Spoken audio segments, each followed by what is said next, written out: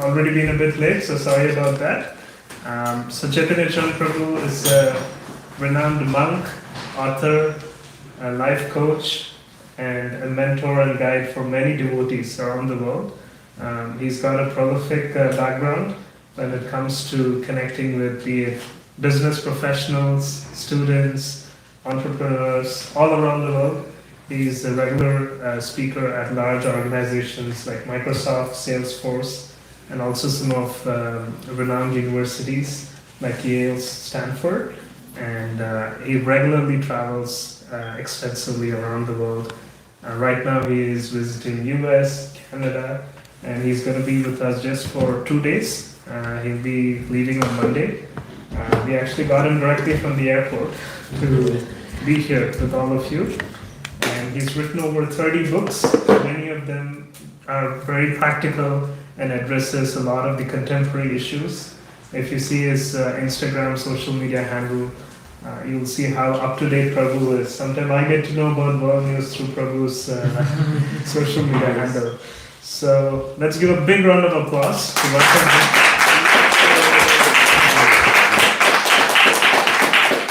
Prabhu, the format I believe is you all have written some questions for Prabhu. So we put in an anonymous form. I got it. For okay, yes. I got that. Oh, you got it. Okay, perfect. Can this come on this side if possible? Sure. Then? No, this. Oh, Stand. the mic, yeah. Also, can you put the camera in such a way that this also is visible? Yeah. Maybe I can come closer to that. Or we can pull that closer to us. Whatever we want to do. You need to change the angle of the camera, the position, whatever. Or there are questions here also? So It's the same questions same questions that I have sent you. Okay.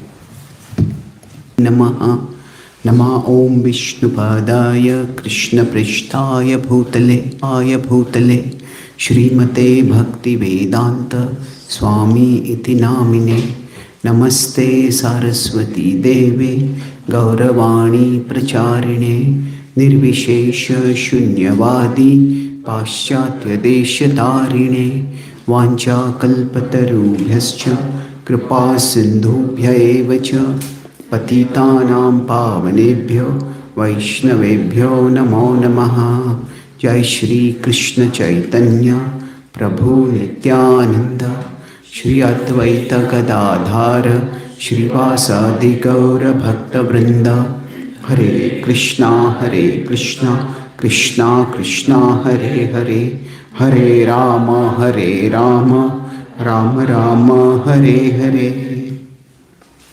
My dear Lord, please guide us all so that we can understand your wisdom and be drawn closer to you through that wisdom. Hare Krishna. I'm delighted to be here with all of you today. And so I'll use a little bit.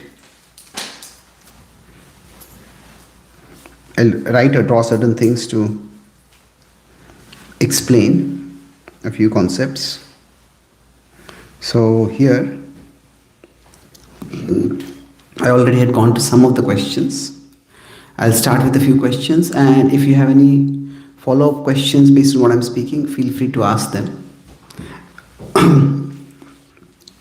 There's one question about, that, okay, we said things in this world are temporary, but then we need to live in this world, in this body. So do we neglect the temporary? How do we look at the world and its temporariness? Yeah, so basically, when there is the temporary and there is the eternal. Now, in the Gita's philosophy, both of these are real. Prabhu, it's not visible. Okay, so what happened exactly? Is this wirelessly connected? Yes. I think the wireless connection went off over here. Yes. I think it's zoomed in. It's 370% zoomed in. No, but that's not something which I can do anything about it. Because... No, I just disconnected it. It's 292, so maybe, yeah. That's okay, this is full screen. It's a large screen. Let's try now once again.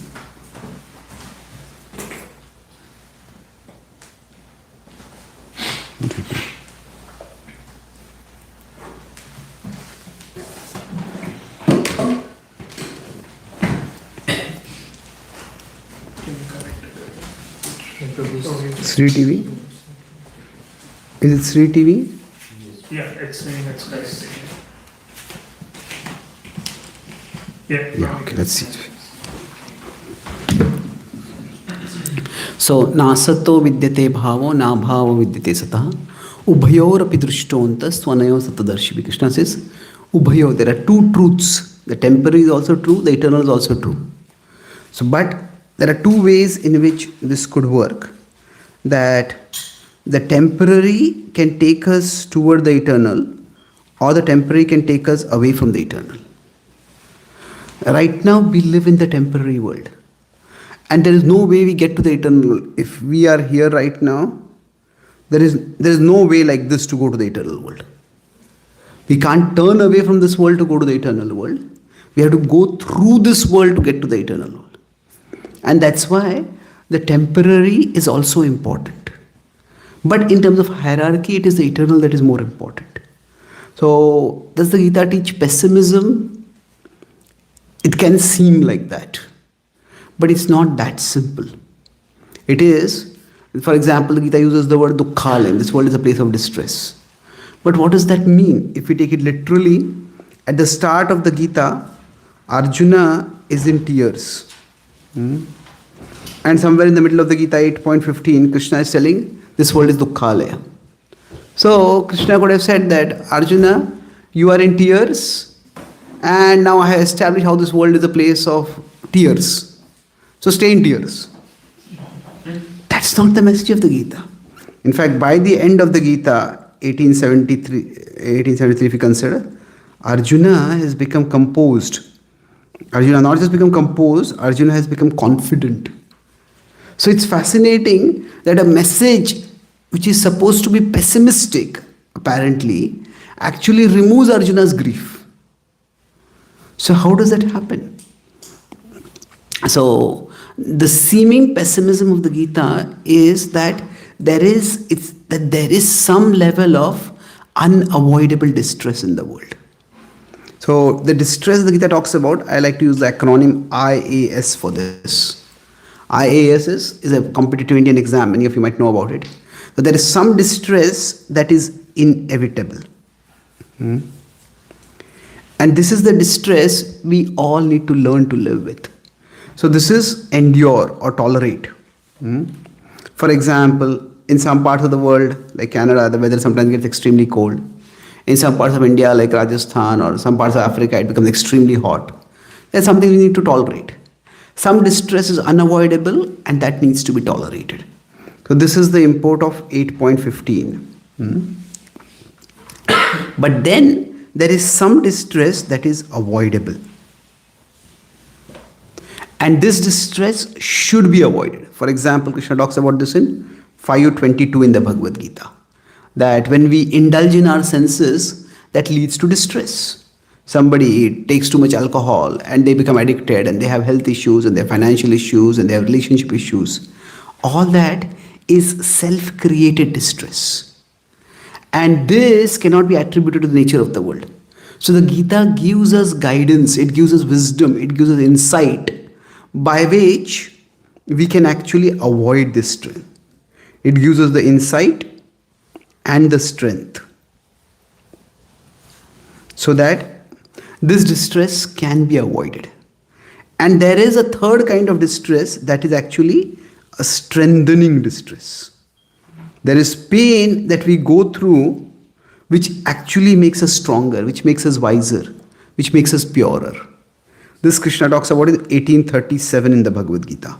Yattad agre vishamiva pariname amritopamam. That which tastes like poison in the beginning will taste like nectar in the end. And this is for example, you want to learn a new language. It's not easy. We may mispronounce, sometimes we make a mess of things. But once you learn the language, it's a whole universe that opens for you. So similarly, if we learn self-discipline, it's not easy. But once we learn self-discipline, there's so many more doors for a better life open for us. If we learn to actually meditate, learn to keep ourselves spiritually connected, that'll give us so much strength in life. So the idea is the Gita is not pessimistic in the sense that, oh, the world is a place of distress, stay in distress. No, there is some amount of distress that is unavoidable. And if we try to avoid that, we fixate on avoiding that, we will only make ourselves more miserable. So accept that the world is not a perfect place, the world is a broken place, and there will always be some distress. So to that extent, the Gita is pessimistic. That no, we will never be able to eliminate distress from our life. But we can go through this distressful world to a better place. So basically, if you consider these three things that I talked about, that in this, just being in the world. Okay, let me put it slightly bigger feature now over here. There is the temporary, there is the eternal. So now we go through the temporary to the eternal.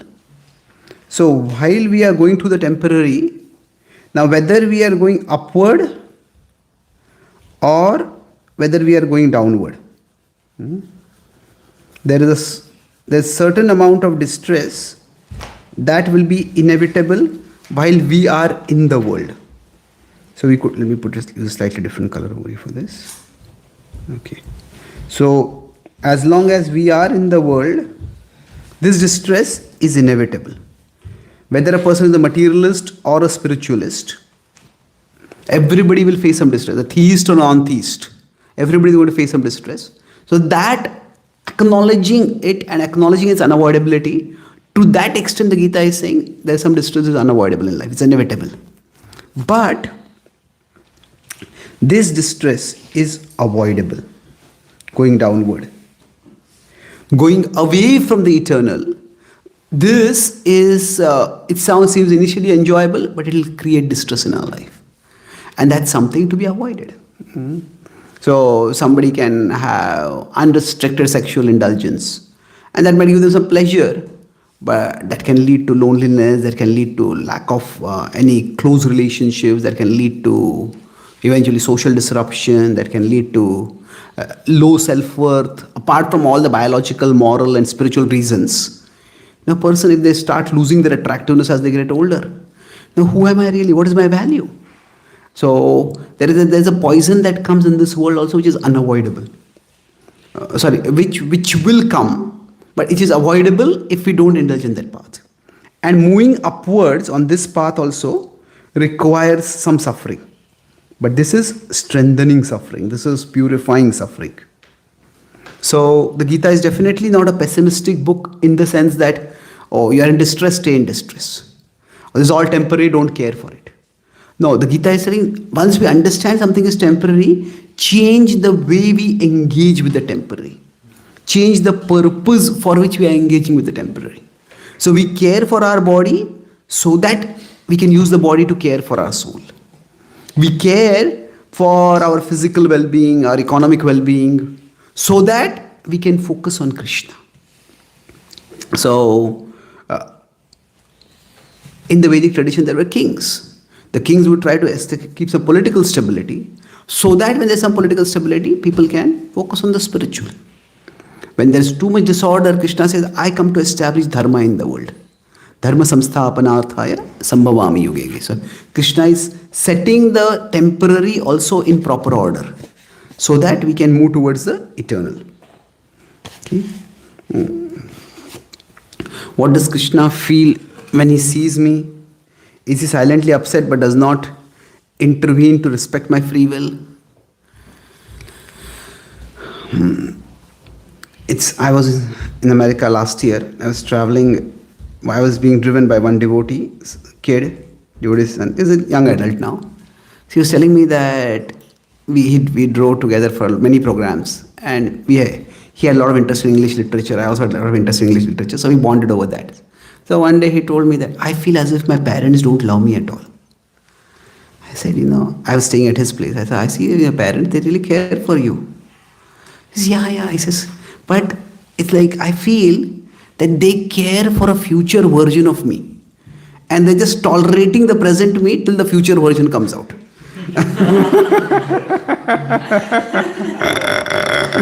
So then I told him, I talked with him about how whether it is like that. But I told him, so I was thinking about it, that whether we feel like that with our parents or not, we often feel like that with Krishna. That does Krishna actually love my present me, or only when I become a pure devotee, when I can follow all the rules nicely, when I can do everything properly, then Krishna will love me? No, it's not like that. There is the present me and there is the potential me or the future me. So Krishna loves the present me also. And he cares for us. Of course, he wants us to be better. He sees the potential within us and he wants us to develop the potential. But it is not that Krishna is unhappy with us as we are. It's the way to understand this is, if Krishna is at the center, then around Krishna there are many circles of love. So in the innermost circle might be the gopis of Vrindavan. Then there might be the pure devotees in the spiritual world. Then there might be pure devotees in this world. Then there are devotees who are sadhakas. And like that, these circles can keep expanding. And every single living being is there in one of these circles. So nobody is outside the circle of Krishna's love. Krishna says, Suhrudam Sarva Bhutanam. He says, I am the well-wisher of everyone. I care for everyone. Now, of course, if we are in a circle over here, we would like to move towards the inner circle. So it is Krishna's love that he will, no matter whatever happens, we will always be in one of the circles of love. But it is our love that we try to move towards the inner circle. That means we try to become more committed, we try to become more dedicated to serving Krishna. So is Krishna unhappy with us? Yeah, if we do something bad, Krishna is unhappy. But that doesn't mean he ever rejects us. That doesn't mean he abandons us. So Krishna is always with us and he will always be with us. We are finite beings. And as finite beings, we do not have the power to make our infinite Lord stop loving us. We don't have that power, and that is our good fortune.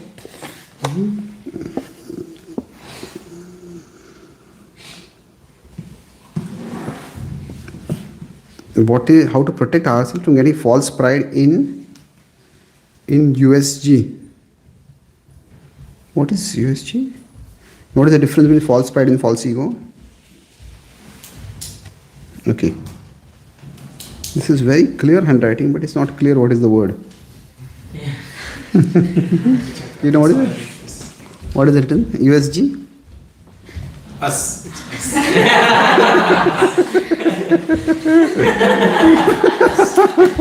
Us. It's a very stylish us. Okay. That is false pride.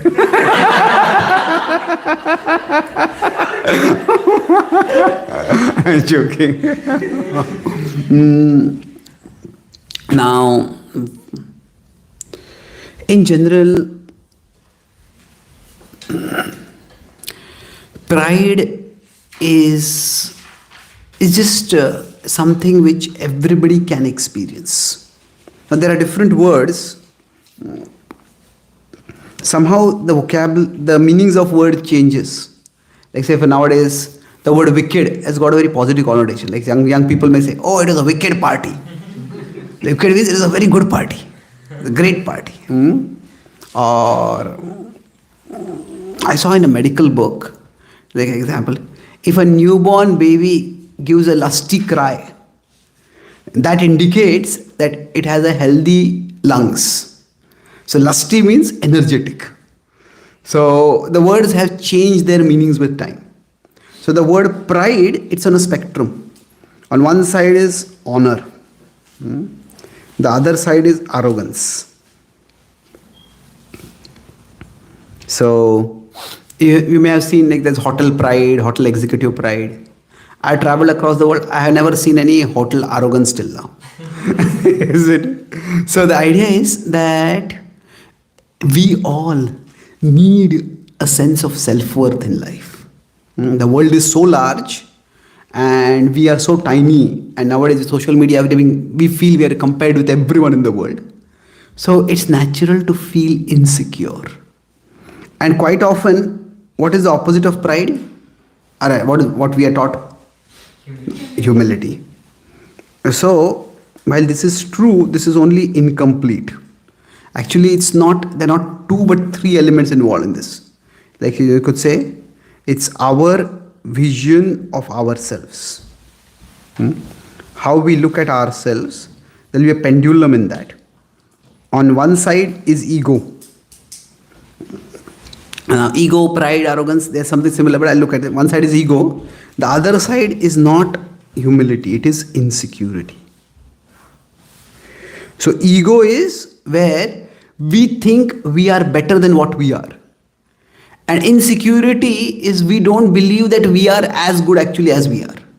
We are constantly having self-doubt about our own ability, our own worth, our own intelligence. Now, in between these two is humility.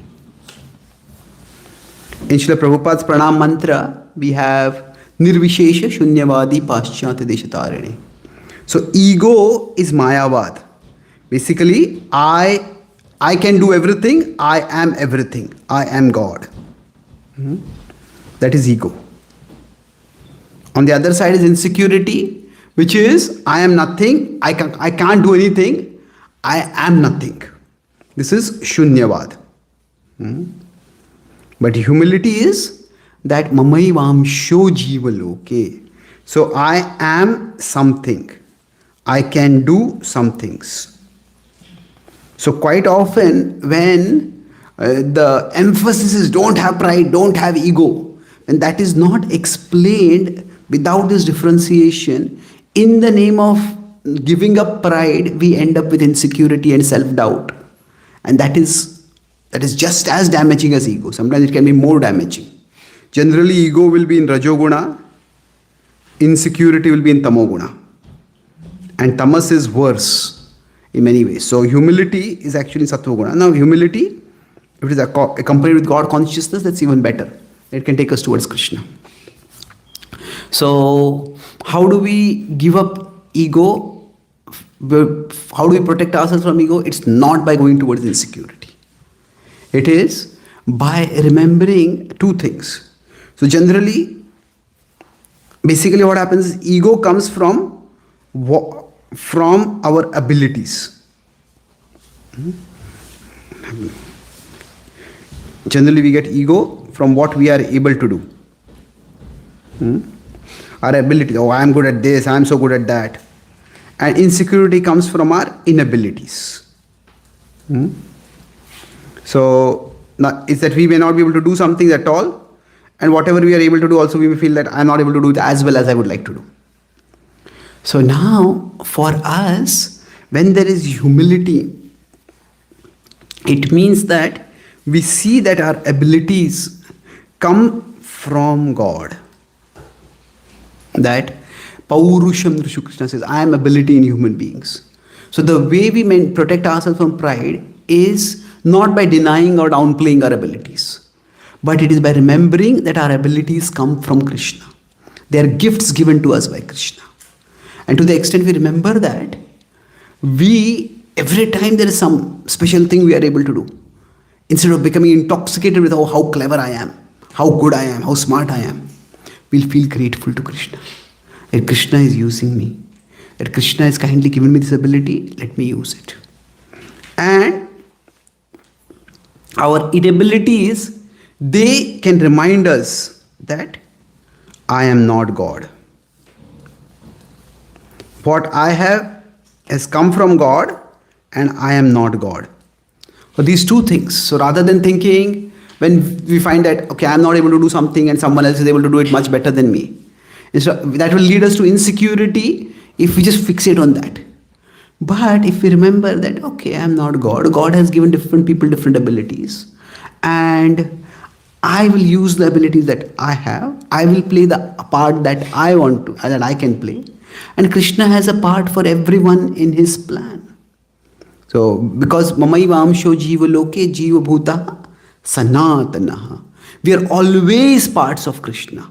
That means we are always on Team Krishna. We will never be thrown out of that team. Each one of us has a different part. If there is a cricket team, somebody is the opening batsman, somebody is a bowler, somebody is a wicket keeper, somebody is a spin bowler, whatever. Everybody has a part. So we all, according to our abilities, have some part. So we should not feel insecure. So it's like insecurity means, oh, I have no part at all. I am worthless. That I can do nothing for Krishna. I have no worth at all. I will not be in Krishna's team. Now, arrogance is what? Krishna is lucky to have me in his team.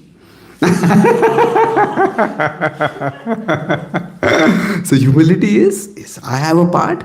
Let me try to understand what my part is. Let me try to develop my part. And let me excel in the part that I can play right now. Okay. Now, is there a difference between... now, generally speaking, so if these words honor, this generally refers to self-worth. Now, to some extent, our self-worth also comes from how others respect us. But more important than how much others honor us is how much we honor ourselves. Like when we say honor your word. Why should we honor our word? Because when we honor our word, that's how we will be able to develop respect for ourselves. Each time we make a promise and don't keep it. Now, we may or may not be held accountable by others. But each time we don't keep a promise that we make, we will fall down in our own eyes. We will start believing that we are not trustworthy. And so, that honor in the sense of having a healthy self-worth or self-esteem is important. But arrogance, so now the word pride can also sometimes refer to self-worth, but arrogance is something which you definitely don't want. Arrogance is basically like, I am God, I am everything. So, when the word ego is used, does it refer to pride? Is there any difference between false ego and false pride? It depends. Rather than fixating on terms, focus more on the conceptions underlying it. The conception, is my relationship with myself healthy? Is my vision of myself such that it's focused more on Krishna and what Krishna has given me rather than what I can do or what I can't do. Okay. How to balance bhakti with life while unclear and constant failures occur. So are we talking about failures in our bhakti life or in other aspects of our life? It's not a question from here. Okay. Okay. What are you looking at? No, I'm looking at someone if they're commenting here because Okay. the questions are also coming from outside. Okay, fine. So, two things over here. That failure will be discouraging. And even failures can be of two kinds. Those the cause is known and the cause is unknown. Now, for example, say we applied for an exam and we failed in that exam. We applied for an interview for a job and we didn't get the job. Now, sometimes the cause is known. Okay, we should have scored this much marks, but we got less marks because of that we don't get through. But sometimes when some failure comes, we can't even figure out what happened exactly. Maybe we were doing a particular service and suddenly we're told, don't do this service anymore. We were in a relationship and suddenly the other person just ghosts us. We don't know what exactly happened. So among these two, which is more difficult to bear? Unknown. Yeah, because what happens is, when the cause is unknown, our mind starts overthinking about what is the cause. And then we start imagining what the cause is. And that's where it becomes a problem. So now, if the cause is, generally speaking, we don't just process events objectively. We all process events subjectively. By subjectively, what I mean is that the same event can have different degrees of impact on different people. So, for example, we all will face some kind of loss in life. So, when we face loss, maybe we lose a job, maybe we lose some money we have invested, maybe we lose some friendship, whatever, we face loss. Now we could interpret that loss as I have lost. Okay?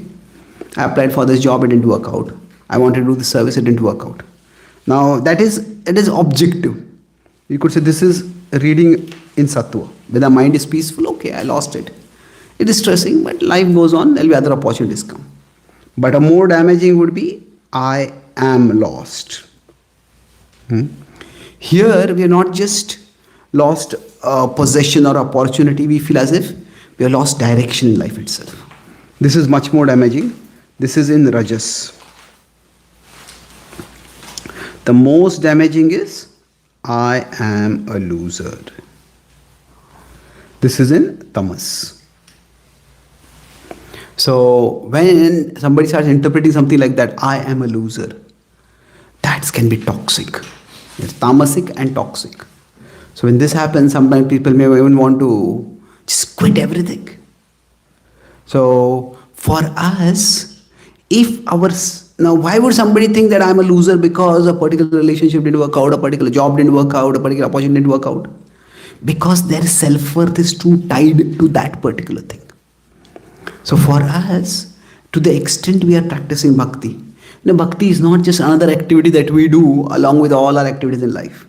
In our sense of self-worth, there are two sources of self-worth. There is extrinsic self-worth and there is intrinsic self-worth. Now, intrinsic self-worth comes from understanding that we are all parts of Krishna. And we will always be parts of Krishna. Krishna always cares for us.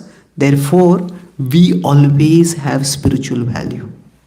So, intrinsic self-worth comes from realizing who we are at our core. When people talk about intrinsic self-worth, people may say that, don't care what the world thinks about you. Like I saw a T-shirt, where a person, young man had said that, I don't care what you think about me. But then, I don't care what you think about me, and I want you to know that I don't care. And in that sense, I care. So we cannot be completely socially disconnected. Now, how people see us does affect us. And especially in youth, in teenage and youth, before we have formed our own identity, before we have something to anchor ourselves to, either a family or a job or a qualification or some distinctive role by which we are contributing, then there's always that feeling of insecurity is there. So extrinsic self-worth comes by when we are recognized for what we do. When we are recognized for what we do. So ideally speaking, society needs to be structured in such a way that every individual is given some extrinsic self-worth while also being taught to develop intrinsic self-worth. So our bhakti practice needs to connect us with Krishna. And it's not just following this rule and that rule. It is meant to actually help us develop intrinsic self-worth. And to the extent we have developed intrinsic self-worth, to that extent, we will find that we will be able to be better situated. We will face life's failures without letting them have a devastating effect on our morale, our inspiration, our motivation.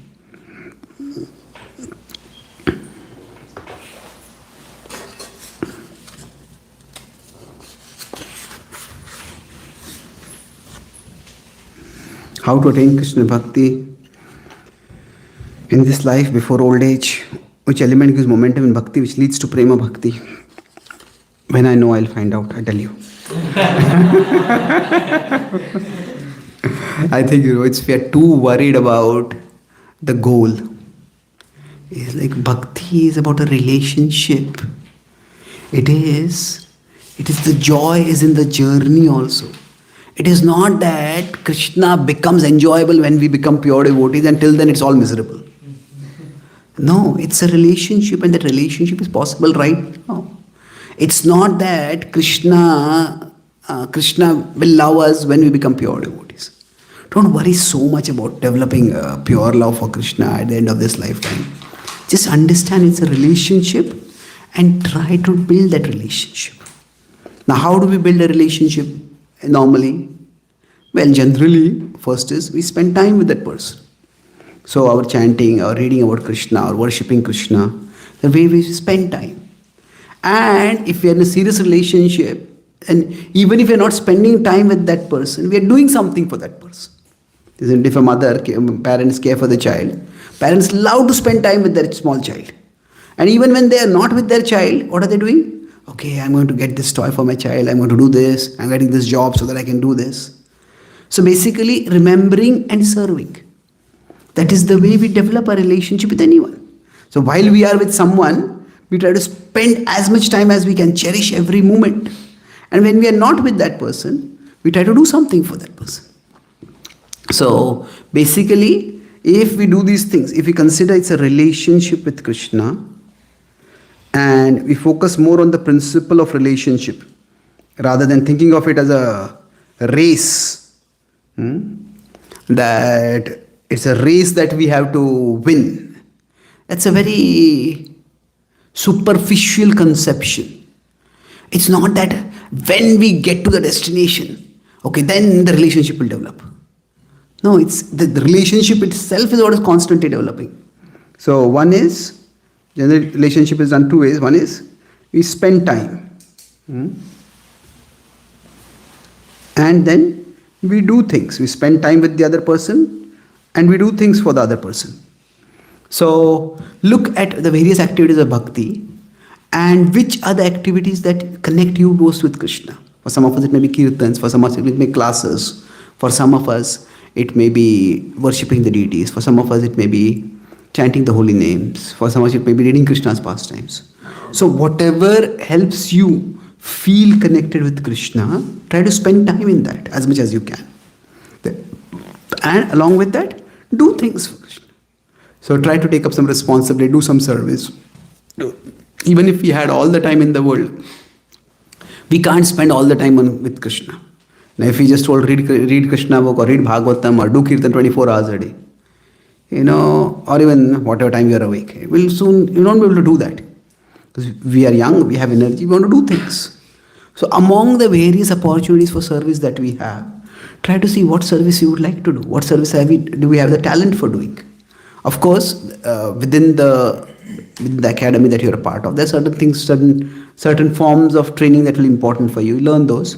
But while you're learning those skills, meeting those particular standards, be observing yourself to see, because each one of us has a unique relationship with Krishna.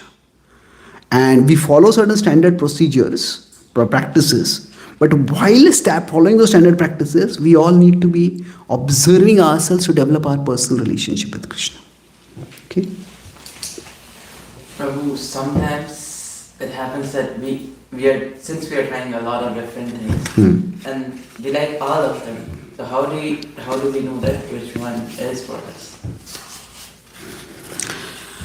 Well, that's a good kind of problem. Some people have a problem of scarcity, others have a problem of plenty, isn't it? So there are so many services, I don't like any of the services. And so many services, I like all the services. So which is a good problem to have? Yeah, I like all services. That's a good problem to have. Definitely better than the other problem. So then we could talk with our senior devotees and see what they feel is the greatest need. So generally,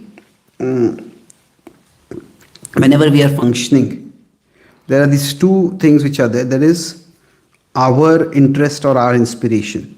And there is the larger wholes. It could be the institution, it could be the community, whatever larger whole we are part of. The community's need. So ideally speaking, what we try to do is at the intersection of both. So our interest and the need of the community. So I have always been a very analytical, intellectual person. So I like to go deep into subjects. And when I go deep into subjects, many times the audience just gets lost. One devotee told me that, he hears my classes, he says, my classes is like an intellectual workout every time. So now I'm not intentionally intellectual. That's just the way I think. But then I could go into very abstract levels of conceptual analysis of psychology and philosophy. That would be my interest, but that would not serve the audience needs. But if I just start telling simple, some sweet stories, I can do that. But I don't feel that that is what I am meant to do. That's not my interest. So then I have to try to find out where something is of my interest and something which serves the audience needs also. So each one of us will have to find out that way so that our service can be valued. Yeah.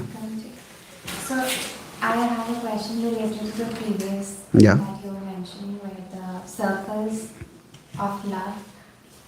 Surface of? Circles of love. Okay, go ahead. So, I mean, how do we, as you said, like everyone is under those circles of love and Krishna is everyone.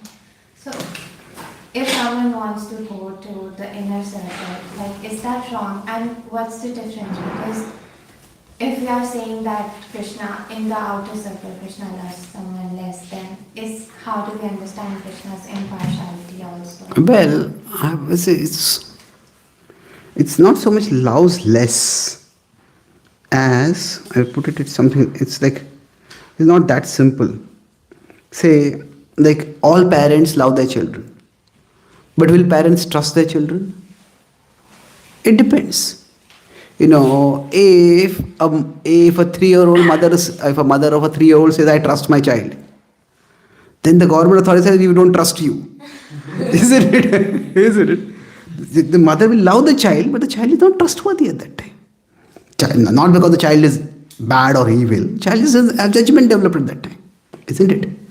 So love itself has many degrees. Like say, if a parent has 2 children, and one of them is responsible. You can count on that. If you do this, they'll do it. Take care of your sibling, they'll take care of your sibling. Then, will there be a greater proximity between the parent and that child? Naturally. But does that mean if the other child is not so responsible, will the parent not care for that child? The parent care for that child also. So, it's all love, but there are degrees of love. And this degrees, it's not discriminatory. It is Krishna does not discriminate. Krishna reciprocates. Ye thamam prapadyante tam sathaiva bhajamyaham. So 4:11 in the Bhagavad Gita. So Krishna never discriminates. That means any one of us, we can enter into the inner circle of love. So it is not Krishna who has placed us in an outer circle. It is we by our actions have gone into an outer circle. If we want to be in inner circle, we can enter into the inner circle also. And is it wrong? Of course it's not wrong. Now we could say that we can't become Radharani or replace Radharani. So thinking that we can become better than or replace those who are close to Krishna, that would be presumptuous. But even the inner circle has many people in it. So we can also join the inner circle. The only problem that I find here is is it wrong? Because if we are trying to be in the inner circle, it somehow develops envy also in us that, they are more closer to Krishna than us. So then how do we counter? See, it's not a matter of envy, it's a matter of progression. Should a student, say, who is in first year in college, feel envious of those students who are in the 4th year of college or 3rd year of college? No, it's not a matter of envy. They have studied and that's how they've gone to a higher level. I study, I'll also go to the next level. So, if we neglect the principle of reciprocity, the relationship itself will lose meaning. Because if we say Krishna's love is equal for everyone, of course it's equal. But if it is equal, now somebody is dedicating their life for Krishna and somebody just, like I've reconnected with my college friends now, school and college friends. So one of them said, I go regularly to the temple. I said, wonderful. How regularly? He said, once a year at Janmashtami. So now somebody is dedicated their life to Krishna and somebody is just occasionally once a year goes to a temple. Now, if Krishna were to in every way treat both of them equally, then it won't be a loving relationship. Isn't it? Loving relationship, there are two distinct features in a relationship, or in love, there are two distinct features. One is equality and the other is reciprocity. If there is only equality, it doesn't work. Why does it not work? Because if there's only equality, the problem is, say nowadays this very egalitarian society, oh, everybody is equal, don't discriminate based on gender or race or religion or ethnicity, and all that is true. But even the most liberal person who is like the supreme advocate of equality, if they want to get married or they want to have a romantic relationship, say, okay, here there's a teeming mass of humanity, just pick up someone, everyone is equal. Nobody does that. Because we are relational creatures and relations work in a particular way. So there is, in a relationship, if there's only equality, that will lead to very emptiness in the relationship, eventually. Because the relationship will be, it's like, we'll have equal relationship with everyone and all the relationships will be equally empty. Like somebody has 1 million Facebook friends and you don't know anyone at all. So it's like, that's not going to fulfill the heart's need for friendship and relationships.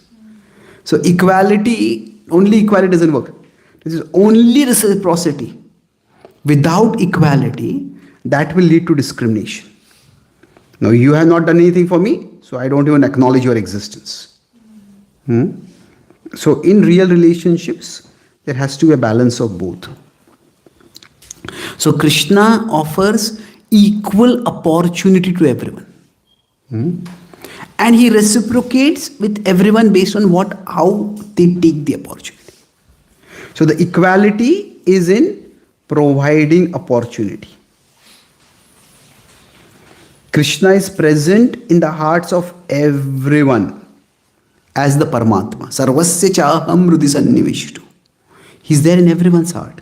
But reciprocity is, how much will we feel Krishna's presence in our heart? That depends on how much we have tried to attune ourselves to Krishna's presence. How much have we tried to turn toward Krishna? So reciprocity depends on how much the opportunity has been tapping of opportunity.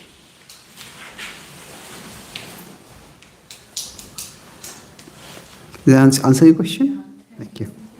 Nice question.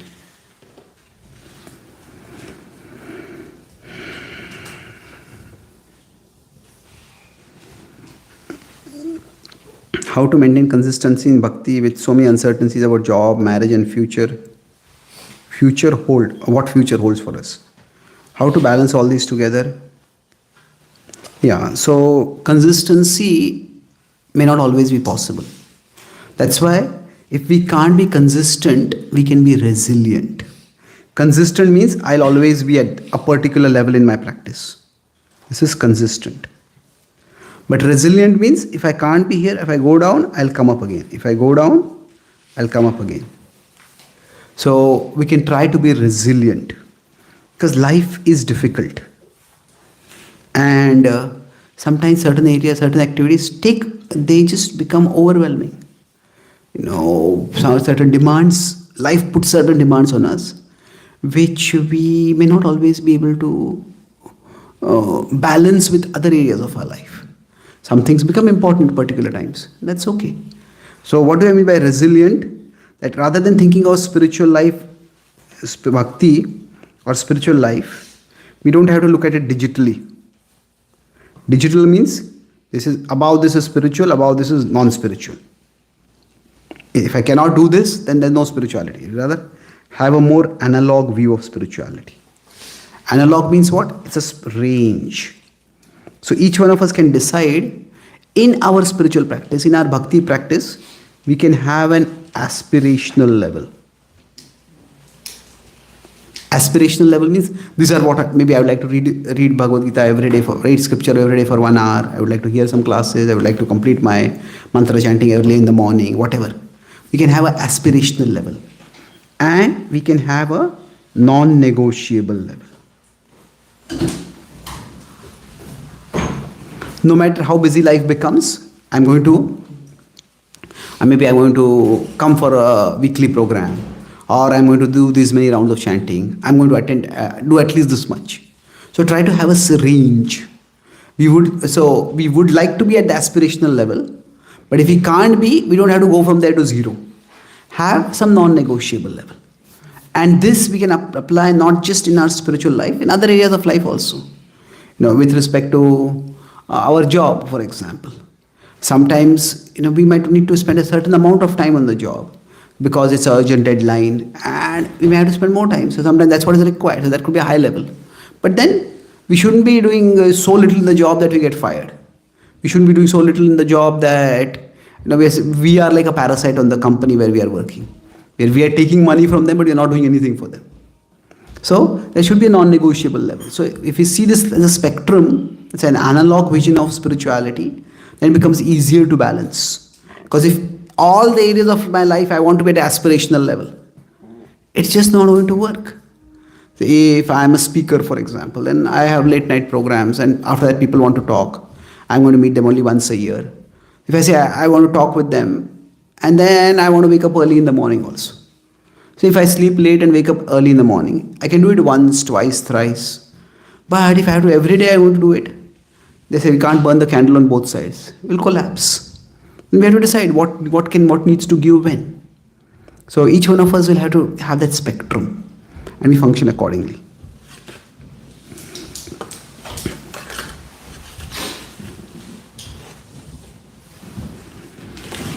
How do we know what we really want and are ready for commitment for initiation now? Well, we can never know what all desires lie inside us. Because just like when you get to know someone, there are always layers to people's personality.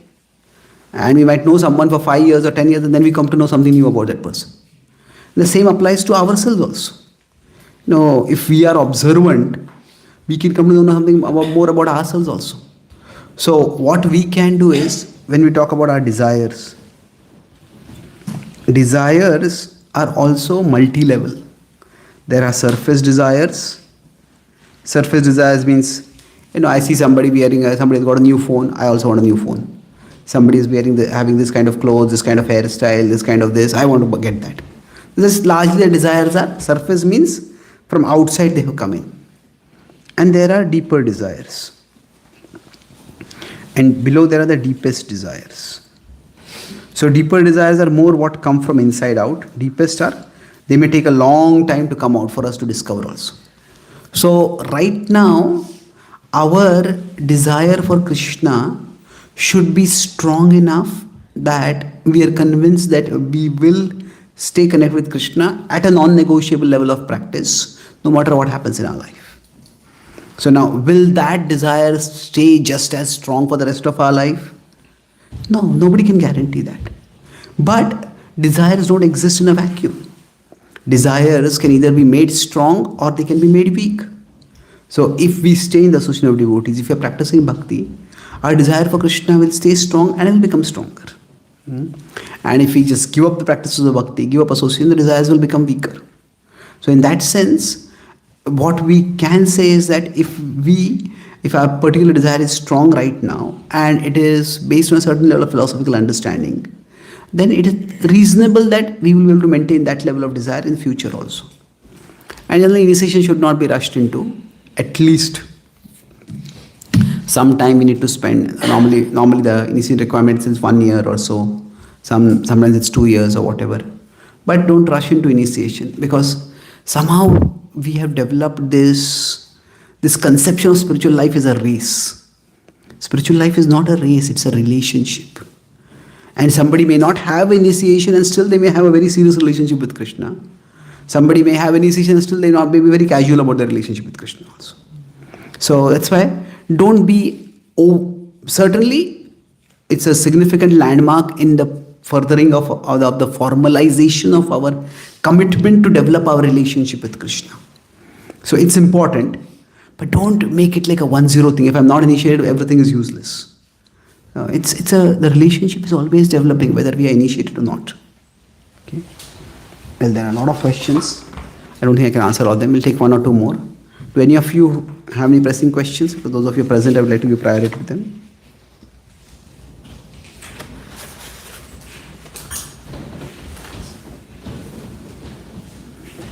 Okay.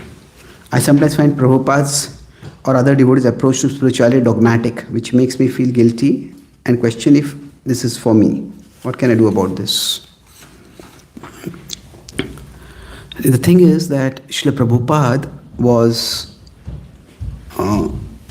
very vast in his vision of how to share Krishna consciousness. So Srila Prabhupada offered like a giant umbrella. And within that giant umbrella, there are times when he was, in some parts you could say he was more conservative. And then there are some parts where he was more liberal. So now what do these words conservative and liberal use the word dogmatic? But what does it mean basically? See, if this is the tradition and this is the contemporary world. So if we consider this, then the institution, it exists at the intersection of these two. There is a tradition. Tradition is what connects us with the past. And the contemporary world is where we live in. And we need to connect with the contemporary world. So the institution needs to be connected with the past. The current institution needs to have connections with the past, and it needs to have connections with the present. So the connection with the past is faithfulness, or you could use the English word fidelity. Faithfulness is what connects us with the past, and resourcefulness is what connects us with the present. So Srila Prabhupada, for example, when he came to America, he adopted some of the counterculture vocabulary like stay high forever, Sunday love feast. And those were terms which were used by the counterculture. Prabhupada used those. So Rath Yatra, a festival of the chariots. So there are terms which are used like that. So, and there are many things like that. If you say the Govindam Adi Purusham. Govindam Adi Purusham itself is a very traditional Vedic song, Vedic verse. But the way it is sung, it's a Westerner. George Harrison is singing it with his group of musicians, and the music along with it is quite modern. It's a fusion almost. So there are many ways Prabhupada focused on connecting with the tradition. There are many ways where Prabhupada connected with the modernity also, with the contemporary world.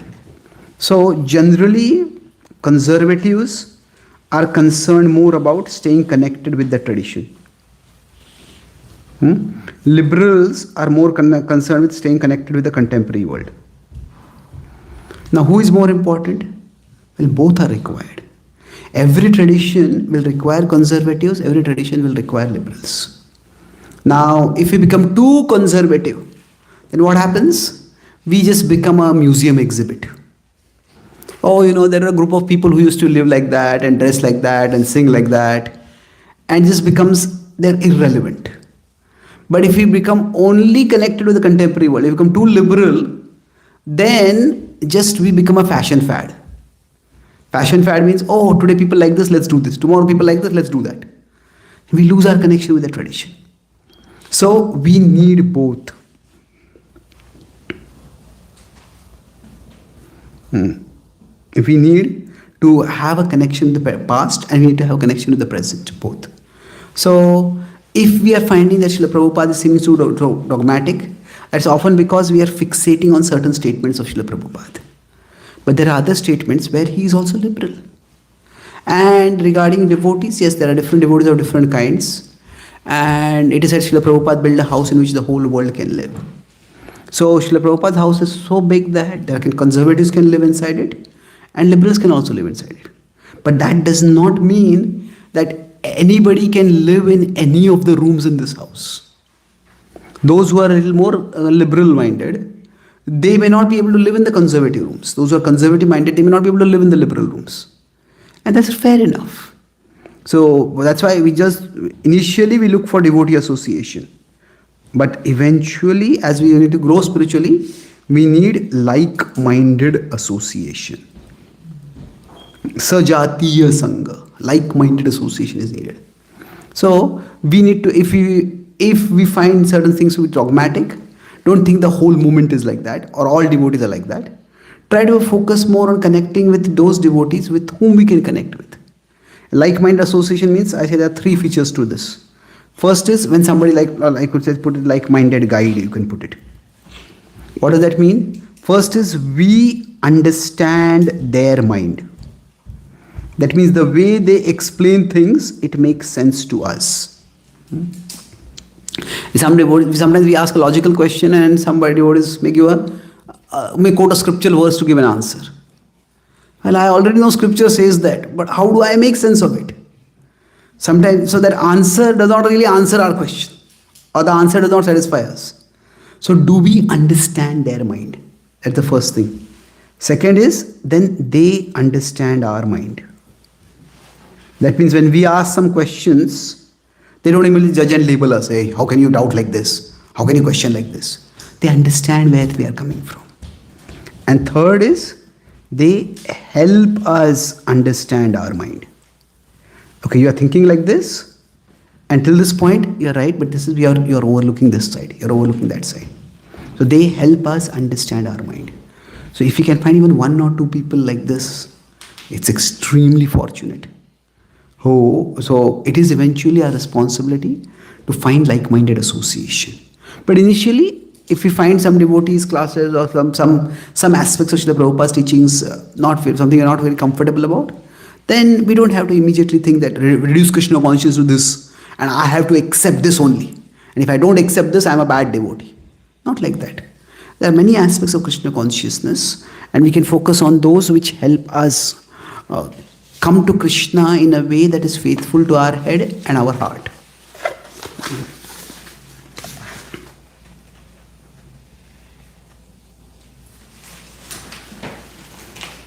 I think a similar question. I struggle to value spiritual life and culture. It doesn't feel restrictive, but it doesn't feel true to me either. How can I resolve this? Is spirituality just not for me? Well, I wouldn't go so far as to say spirituality is not for me. It could be that particular aspects of spirituality may not be what we are comfortable with. And that's fair enough. So,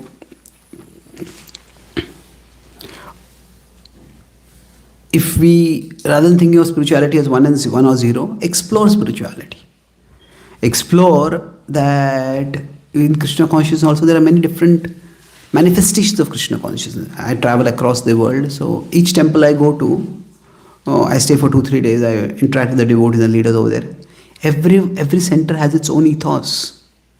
And I try to serve wherever I go by sharing whatever I have learned. But I understand that each place has its own ethos. So yes, if some aspects don't feel true for you, that's understandable.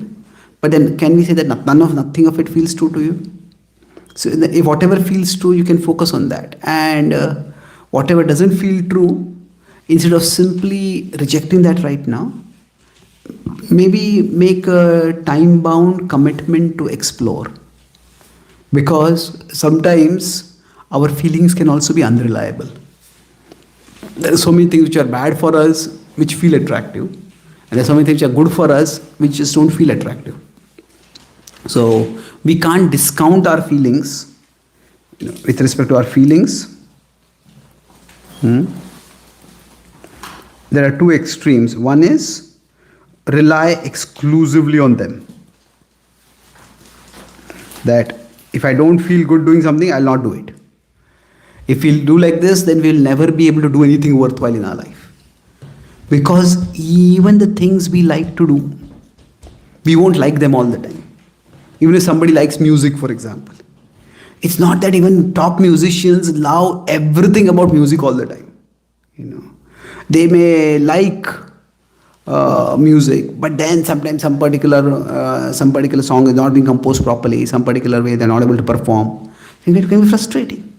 So if we rely exclusively on emotions, we will not be able to work. Then if we reject totally our emotions, that's also not going to work.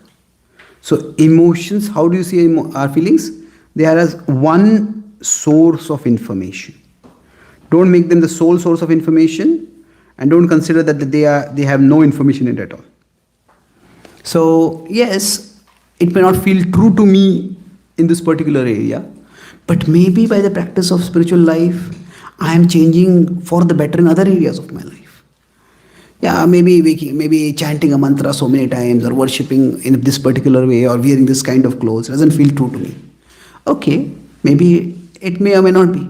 But if by doing that I can see maybe my anger is going down, or I'm becoming more calm, I'm becoming less irritated or less disheartened by by things, by life's ups and downs. There are other areas where changes are happening. So what that means, that these feelings may not be a reliable parameter for me to decide whether I should push on in this particular path or not. So bhakti is about emotions, but it's not just about emotions. It's about a relationship. It's about a commitment to a relationship. And within that, sometimes there can be pain and discomfort and anxiety also. So if we consider real relationship with anyone, now there is naturally happiness and joy, but that's not the only thing. Sometimes, say, if a couple get married, and then if they have a attraction towards each other, they're happy in each other's presence. But is that the only emotion all the time? No, if they have a child and the child has had some accident, a child in the hospital, and both of them working, and both of them get a phone call, they come, and they're waiting, maybe holding each other's hand, waiting for what news, what is happening to the child, the surgery is going on inside. So in that anxiety also they are coming closer to each other. So anxiety is not a pleasant emotion, but anxiety can also bond two people together. So to think that the pleasant emotions are all that life should be about, or bhakti should be about, that is, we are selling ourselves short in a relationship. If you want a real relationship with Krishna, it will have all emotions. It will have a variety of emotions. Sometimes there will be anxiety, sometimes there will be fear, sometimes there will be tension. Sometimes a devotee may be very serious about something, and that's why they may get frustrated also, they may get angry also. You may have seen that image of Krishna charging towards Bhishma, to attack Bhishma when Bhishma is on the verge of attacking and killing Arjuna. Krishna is angry at that time. But that anger is an expression of his love. Narasimhadev is angry with Hiranyakashipu. That anger is an expression of love. So bhakti is not just about pleasant emotions. Emotions that make us feel good. Sometimes the emotions themselves may be unpleasant, but those unpleasant emotions can actually strengthen the relationship. And if we understand this, then we won't just reject bhakti based on, okay, this doesn't feel true, this doesn't feel right, this doesn't feel true. So now that doesn't mean every unpleasant emotion is going to strengthen the relationship. Obviously not. Some unpleasant emotion can break the relationship also. So the emotions themselves are one source of information, an important source of information, but they are not the sole source of information. Thank you very much. Srila Prabhupada ki Jai. Gaur Bhakta Vrinda ki Jai. Gaur Premanande.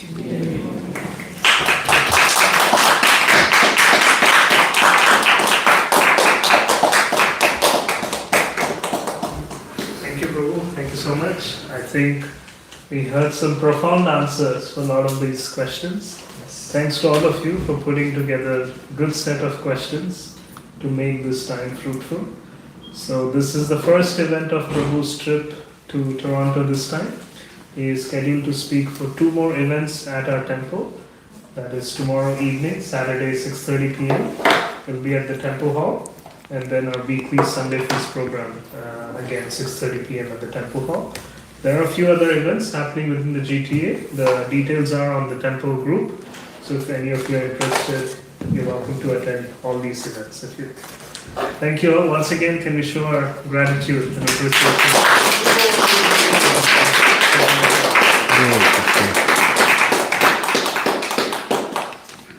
I also appreciate how thoughtful. On the book. You have it here? Yes. Okay, just quickly. You also have 2 books. Can you get the books? I'll just Yes, check I it. can. 3 books.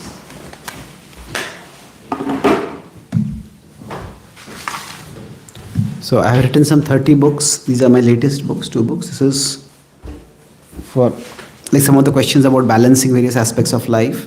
A lot of those are answered in this book. Also about emotional management. This is Gita for the CEO. This is published by HarperCollins, which is one of the biggest publishers in the world. And basically, in the corporate world nowadays, there's a lot of interest in learning things from ancient or classical thought system. So from Greece, there's the Stoicism, which has become quite popular. From Japan, Ikigai has become popular. So here I have taken the Gita's wisdom. Like I was drawing some simple illustrations, and either the conceptographics are there, which explain the concepts. So this is 10 principles how to be mindful and process our emotions better, how to tap the power of speech and be more effective in inspiring, motivating others, how to keep small things small. The one is a title called The 10 Principles, Life Determines Our Problems, We Determine Their Size. This is a book which is available, and it's also suitable for giving to your friends and colleagues who may not be ready to read the Gita directly, but they can connect with a book like this. This is Prayers Inspired by Bhagavad Gita. This has, each chapter is one beautiful deity of Krishna, then one spiritual affirmation, which is, help me to help others learn. Let me become a spiritual fruit, not a religious nut. So, each of these is like a spiritual affirmation. And then I have taken a Gita verse, and then I have rendered the Gita verse in English poetry. And after that, there is a prayer reflection on the verse. So there is, many devotees told me this has helped them a lot in their daily chanting. Just read in a few minutes before, and then chant. And then there's a very accessible table of contents. So whatever is your particular emotional need at that particular time.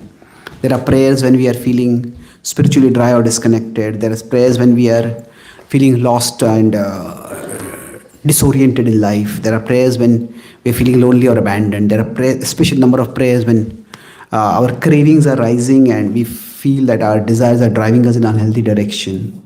So there are prayers when we feel as if we are failing in our spiritual practices and commitments.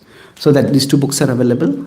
And if any of you have any, if you'd like to have these books, I'm also here for some time to sign the books. Otherwise, I'll be here on Saturday and we can talk at that time also. Thank you so much. Hare Krishna.